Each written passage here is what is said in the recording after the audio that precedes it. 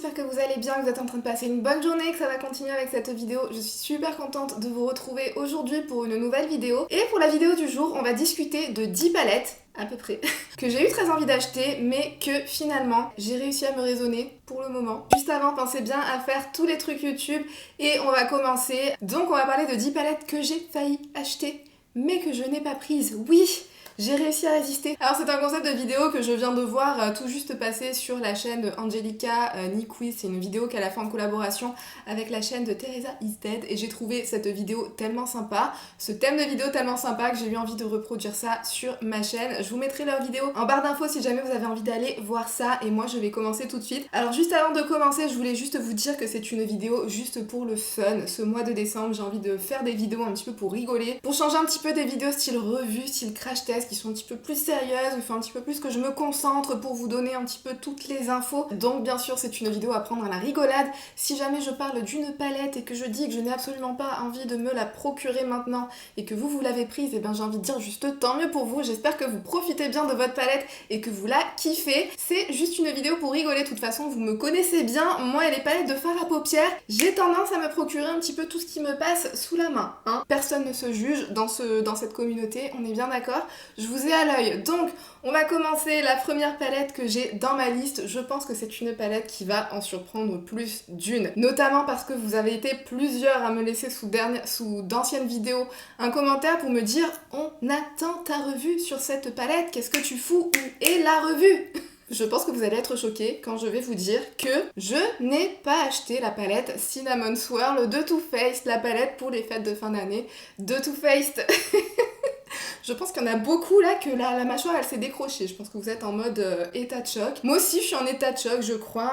Je n'ai pas craqué sur la palette Cinnamon Swirl de Too Faced. Alors pourquoi? Tout simplement parce que ces derniers temps, il y a eu tellement de sorties de make-up, mais tellement que je sais plus où donner de la tête. Et Sephora a mis tellement de temps, mais tellement de temps à mettre en ligne cette palette Cinnamon Swirl que, entre temps, j'ai eu à peu près le temps de dévaliser toutes les autres palettes de fard à paupières qui avaient pu sortir sur le marché entre temps. Je vous avais fait un haul de palettes il n'y a pas si longtemps que ça, je n'ai même pas encore eu le temps de mettre mes pinceaux dans toutes ces palettes là correctement, donc j'arrive plus à suivre. Donc la palette Cinnamon Swirl, j'ai passé mon tour. Pourtant vous le savez que ces palettes là de Too Faced, j'arrive pas à leur résister, elles ont un truc, vous me comprenez là, la team Too Faced. Ces palettes là, elles arrivent à nous attraper, elles arrivent à venir nous chercher, mais ce coup-ci, voilà, elle n'a pas réussi à venir me chercher. En plus la color story qui est à l'intérieur, on va pas se le cacher, ça a l'air d'être une color story. En fait elle a pas ce petit truc en plus, ce petit facteur waouh en plus.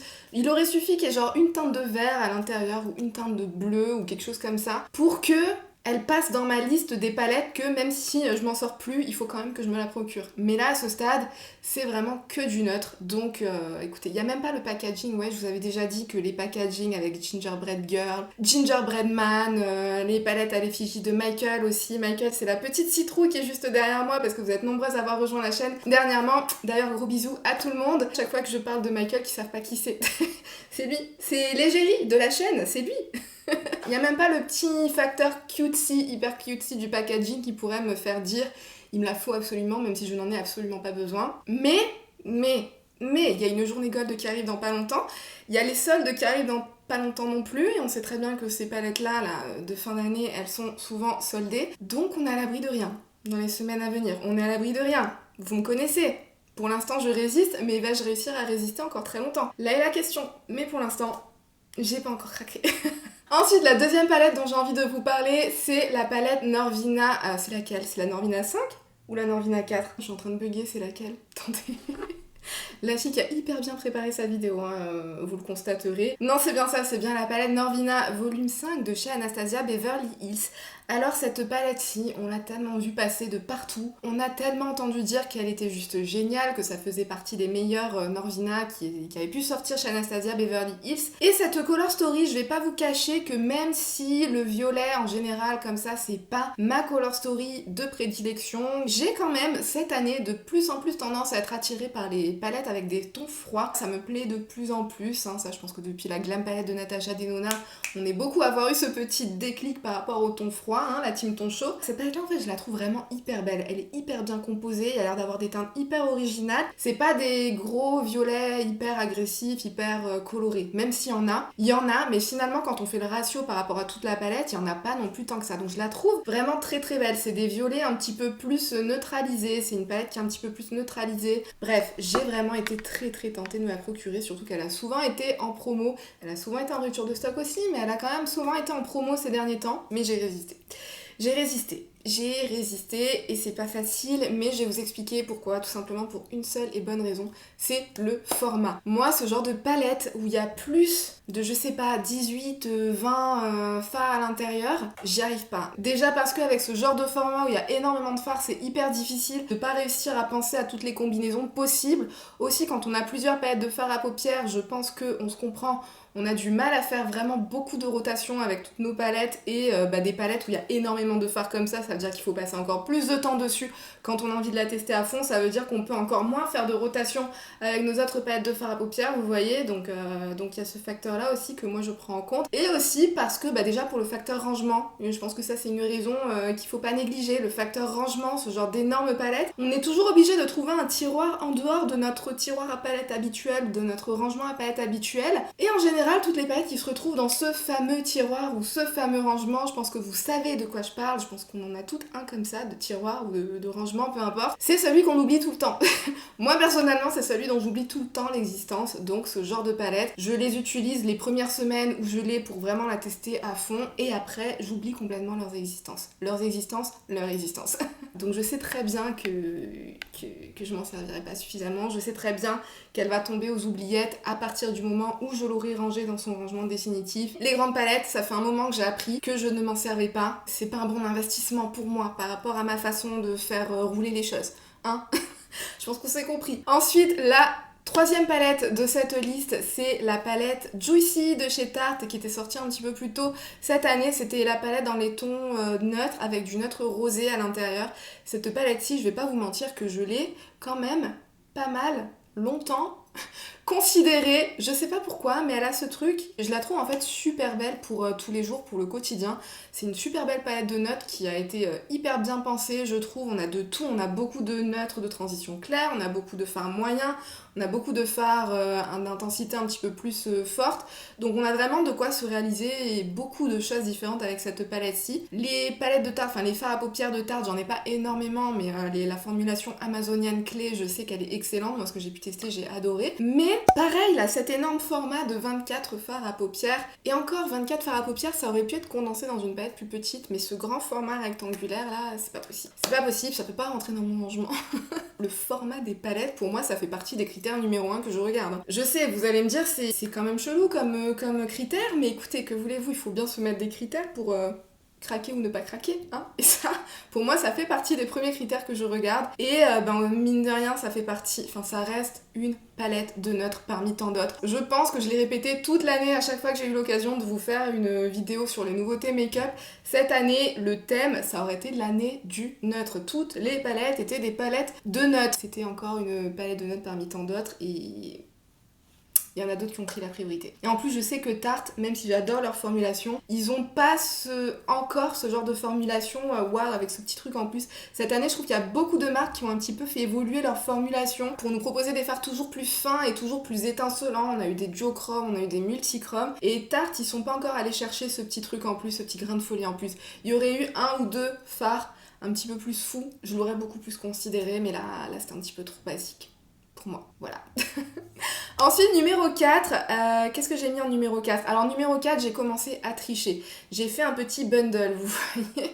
J'ai fait un petit kit de toutes les palettes Urban Decay qui ont pu sortir cette année. Donc on a eu la Naked Wild West, on a eu la Naked Cyber et on a eu la Urban Decay, c'était quoi, Eternal ? J'ai eu envie de craquer sur chacune de ces palettes. J'ai sincèrement eu envie de craquer sur chacune de ces palettes. Mais pourquoi ? Parce que ça fait partie des premières marques qui m'ont fait découvrir les... de toute façon, ça a été, je pense, la première marque à venir pour le grand public avec des palettes de fards à paupières. Franchement, moi j'étais dans la génération Naked, Naked 2, Naked 3, etc.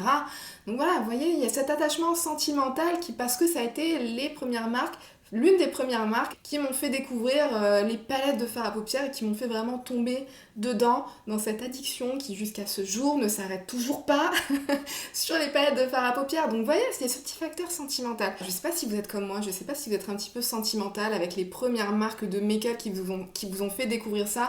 En plus, c'était une époque où il n'y avait pas autant de propositions que maintenant. Vous voyez, à l'époque, on avait une palette par an qui pouvait sortir. Donc vraiment, quand vous aviez cette palette, vous y attachiez, quoi. Vous avez le temps de vraiment vous attacher à ça. Et du coup, je pense qu'Urban Decay, ça fait partie de ces marques-là qui, encore à ce jour, elles ont ce petit truc de nostalgie. Mais les palettes qu'ils ont pu sortir cette année...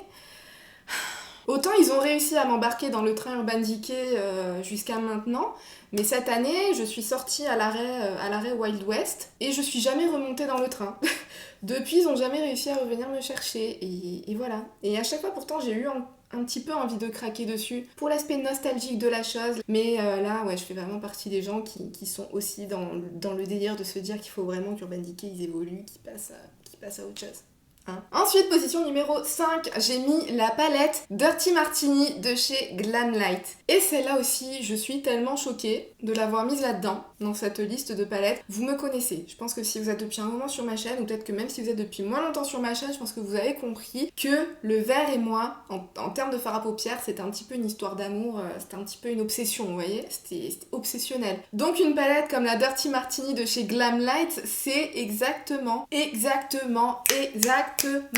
ce qui me fait chavirer, vous voyez. Ça vient me titiller le regard là, je suis en mode mais regardez-moi tout ce vert là. C'est beau non? J'ai failli craquer parce qu'à un moment donné elle est arrivée sur Boozy Shop et la palette elle est arrivée, elle est repartie comme ça quoi. Le truc était en rupture de stock en 24 heures. Et le temps qu'elle revienne en stock, j'en avais plus du tout envie.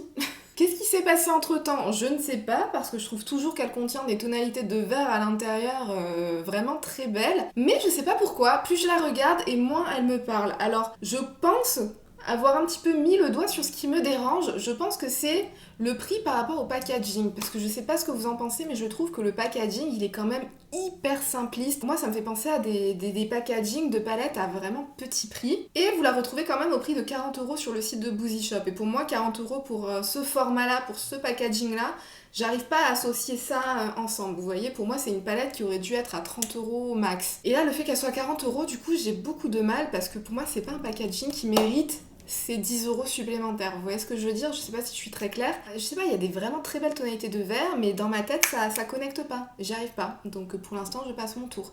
Mais est-ce que je vais résister bien longtemps? Là est la question, parce que ça reste le vert et je reste quand même un petit peu obsessed avec le vert. Donc la suite au prochain épisode. Mais pour l'instant, j'arrive pas à franchir le cap. Ça me bloque. Le prix me bloque. Ensuite, la prochaine palette de cette liste, c'est la palette Ambiance de Sigma. Alors Sigma, c'est une marque dont j'adore leur fard à paupières, leur palette en format rectangulaire. J'aime beaucoup leur formulation, je trouve que c'est des formulations vraiment très qualitatives, il y a plusieurs finis de lumineux différents, ça scintille, c'est vraiment ce que j'aime, ce qu'ils proposent chez Sigma.